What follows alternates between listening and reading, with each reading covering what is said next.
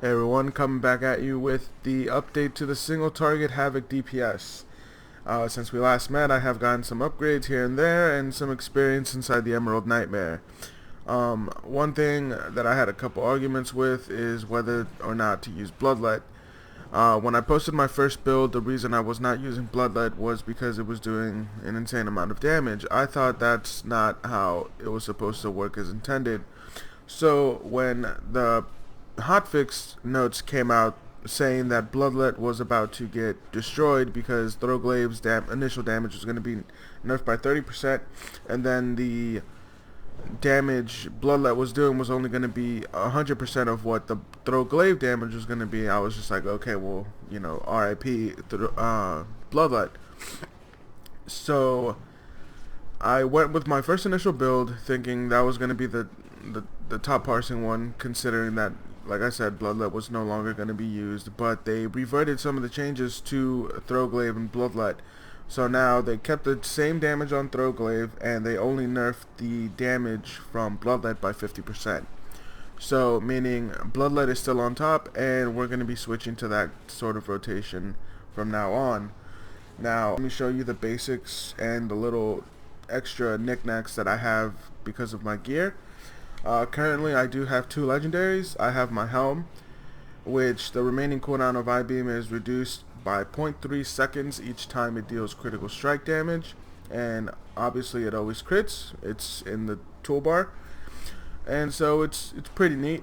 On top of you collecting souls and reducing the cooldown of I-Beam by 5 seconds every time you pick up a soul from a target dying, this also applies as you use it. So let's say you have 10 targets and you use I-Beam, it's about a 25-second cooldown reduction from already it being a 45-second cooldown reduction. So it's pretty neat. Also, I have my boots, which are Fell Rush deals 5% increased damage to each subsequent target hit. Now, Fell Rush also got a hit in the hotfix. It went from dealing 100% to only dealing 30% when you go through targets. So this one kind of boosts it up a little bit. It's not too bad. These are pretty good boots. But since I can't currently equip two legendaries, I went with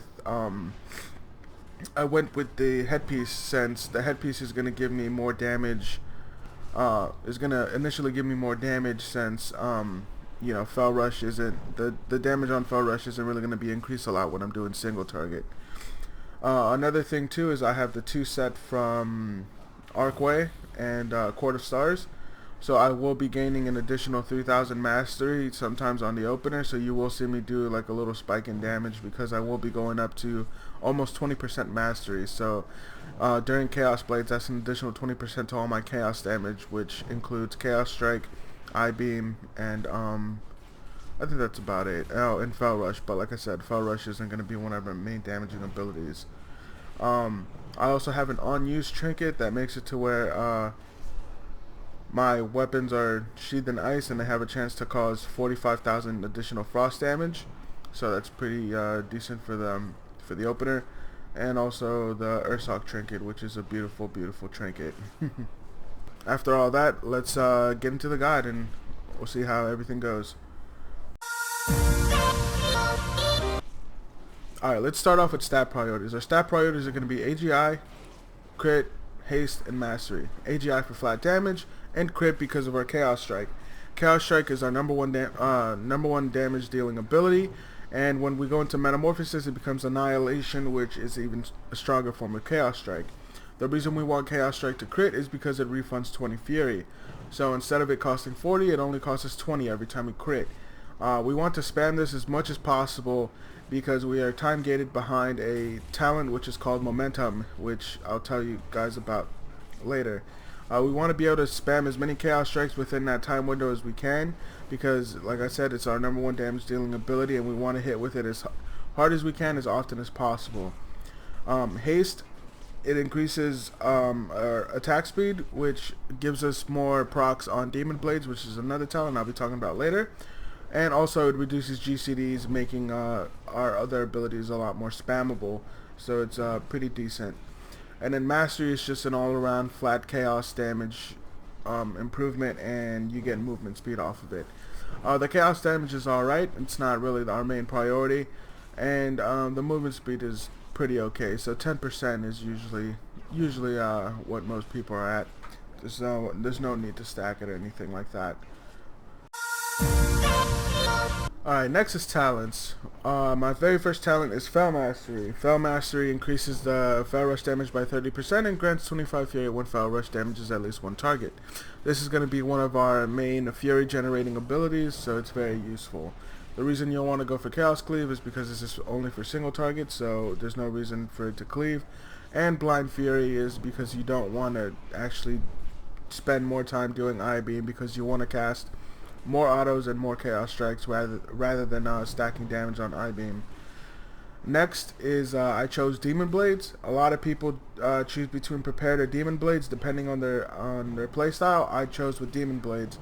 Demon Blades replace Demon's Bites, so you don't have to spam it anymore to generate Fury.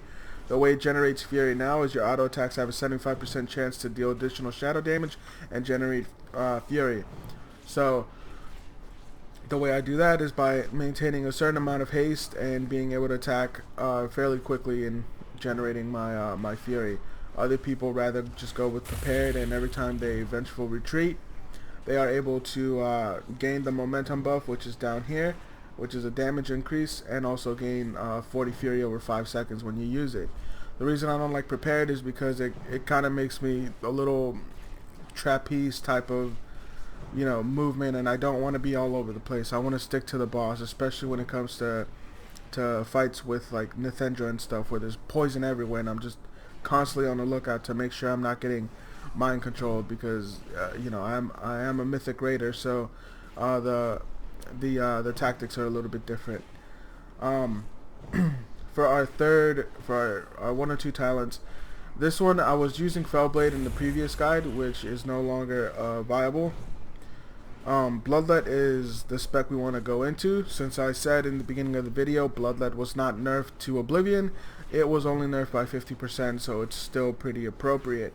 Throwglaive causes the target to bleed for 150% of the damage inflicted over 10 seconds.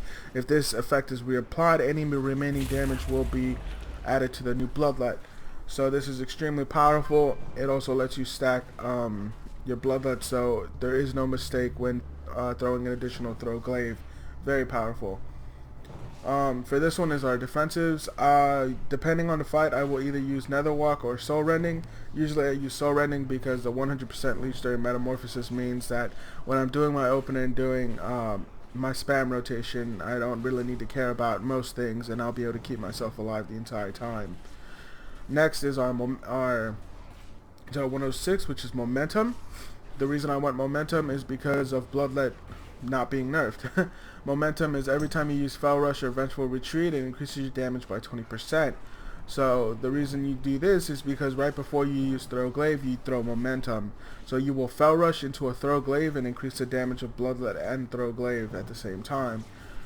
And also, since Fel Rush is your main Fury generating ability now, it also makes it to where within those 4 seconds, depending on your haste or depending whether you're in Bloodlust and meta, you will be able to bring out at least 2 to 3 Chaos Strikes or Annihilation, since you'll be in meta, increasing the damage of your main damaging ability even further. Next is going to be our 108, which is Master of the Glaive. Throwglaive now has 2 charges and snares all enemies hit by 50% for 6 seconds. The reason we go for this is so we can keep reapplying Bloodlet, obviously. The slow is just a bonus. That doesn't really matter to bosses. Obviously, you can't slow bosses. And next is our 110, which is Chaos Blades. You'll also be hot swapping between Fel Barrage and Chaos Blades. Fel Barrage for AoE, and Chaos Blades for single target. Chaos Blades increases all damage done by 10% based on your mastery. While active, your auto attacks deal 200% increased damage and chaos damage. Oh, and cause chaos damage. So that's pretty, that's extremely well for single target. Next is Fel Barrage.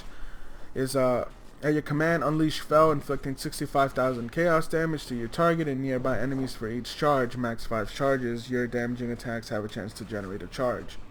So this one is for AoE and this one is for single target. And finally, let's talk about our artifact weapon build path.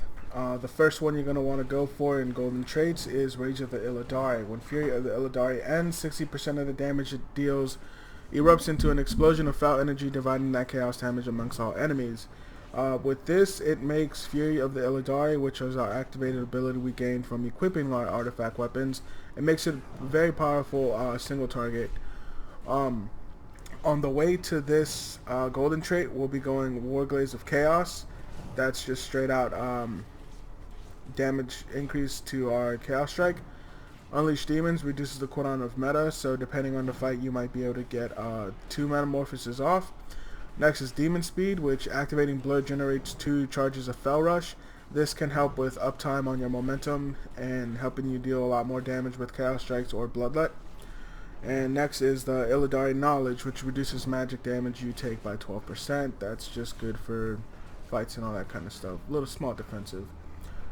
Next golden trait we're going to want to go for is Anguish of the Deceiver. Each time I-Beam deals damage to the target, it also applies Anguish. When Anguish expires, it deals 10,526 chaos damage to the victim per application. En route to that, we're going to take a little detour into Balanced Blades, which increases the damage dealt by Blade Dance by 3% for each target within 8 yards. This helps with AoE. Next is Sharpened Glaives, increases the damage dealt by Throw Glaive. You really want this one because the more damage you can deal with your Throw Glaive, the more damage Bloodlet is going to be doing. And since that's going to be our second highest damage dealing ability, we definitely need this. Critical Chaos, increases the critical strike damage dealt by Chaos Strike. If it crits harder, that's more damage, better for you, better for everyone. Chaos Vision, increases damage dealt by I-Beam. I-Beam, more damage, pretty good. And of course, as I said, the Anguish of the Deceiver, so more damage. Next, we'll be going into Feast of Souls. When you consume a soul fragment, the remaining cooldown on I-Beam and Chaos Nova is reduced by 5 seconds. Very useful in dungeons. Deceiver's Fury, you generate 5 Fury each time you dodge an attack or spell. This is pretty effective when during dungeons and real world encounters, so it's not too bad. And lastly, our Inner Demons. Chaos Strike has a chance to unleash your inner demon, causing it to crash into your target and deal 170,865 chaos damage to all nearby enemies. This would be our #1 choice if the proc rate wasn't so poor. The proc rate on it is about 4 times, roughly around 4 times in a 6-minute fight from last time I was using this. So it's not that powerful. For relics are going to increase the item level on our weapon. For melee, it's pretty important to have a high damage on our weapon so we can deal more damage. So the relics I have right now are 865, 860, and 875 in total, making my weapon item level 895. My relics are really poor right now, which are foul. These are the only ones that drop off of, well, not the only ones, but there's very bad fell relics in Emerald Nightmare, so the ones I'm going to want are going to be in dungeons. So I have to have like RNGesus touch me in order for me to have really strong traits plus high item level. But for now, I'm using 2 of the ones from Elarith, which increase chaos damage, or increases damage dealt by Demon's Blade by 12%, and in total, 12% because it's 6% each. And I don't really want these because, like I said, Demon Blades only has a 75% chance to actually deal damage, and we don't want that. We want something that's going to keep our damage sustained as high as possible, which is going to be the trait that I have right now in my Shadow, which increases the critical strike damage dealt by my Chaos Strike. Now, if I could have all 3, I'd definitely like that, but there's also ones like Throw Glaive that increase the damage, or there's also relics that increase the damage of Throw Glaive, which is even more powerful because more damage on Bloodlet. And between that and Critical Chaos, these are going to be the ones you're going to want to go for to increase your damage to its maximum potential. Alright, so let's practice our opener. We're going to start out with a slash pull 12. At 2 seconds, like I said, we're going to be using Pushing to the Old War and Arcane Torrent. Except on this one, I won't be using Pushing the Old War because I need them for raid tonight. 3, 2, 1. Warning.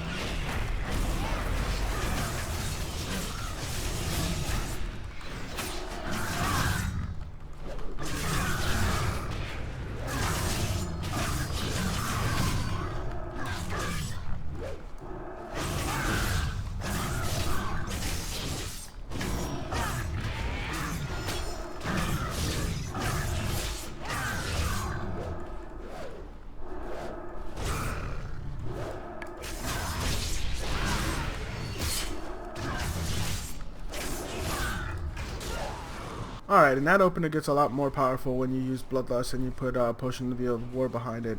So that's relatively what you're going to be doing. Next I'm going to be showcasing your regular rotation when you don't need, after the opener and all that kind of stuff. So it's just going to be basics of just Fell Rush, it's a Throw Glaive, and casting however many Chaos Strikes you can in between. So we're just going to be sitting here spamming Chaos Strikes into a Fell Rush, Throw Glaive, and trying to fit in as many Chaos Strikes as we can in that momentum of time. Throw Rush again, Throw Glaive, Chaos Strike, Chaos Strike. Depending on your haste, you might be able to fit in a third one.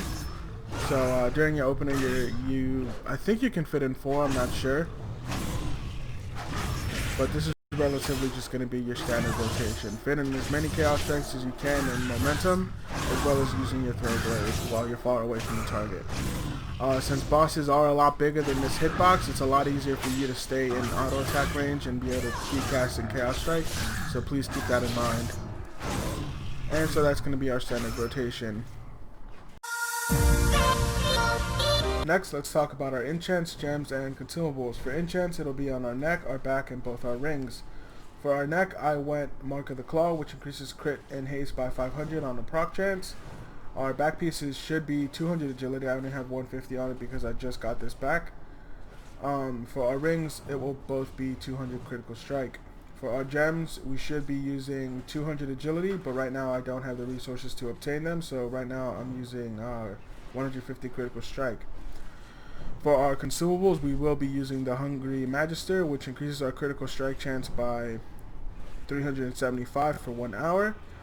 For our pre-pot or pre-potion, the reason we call it a pre-potion is because 2 seconds before the pull, you will be using this in order to use a second one during the fight.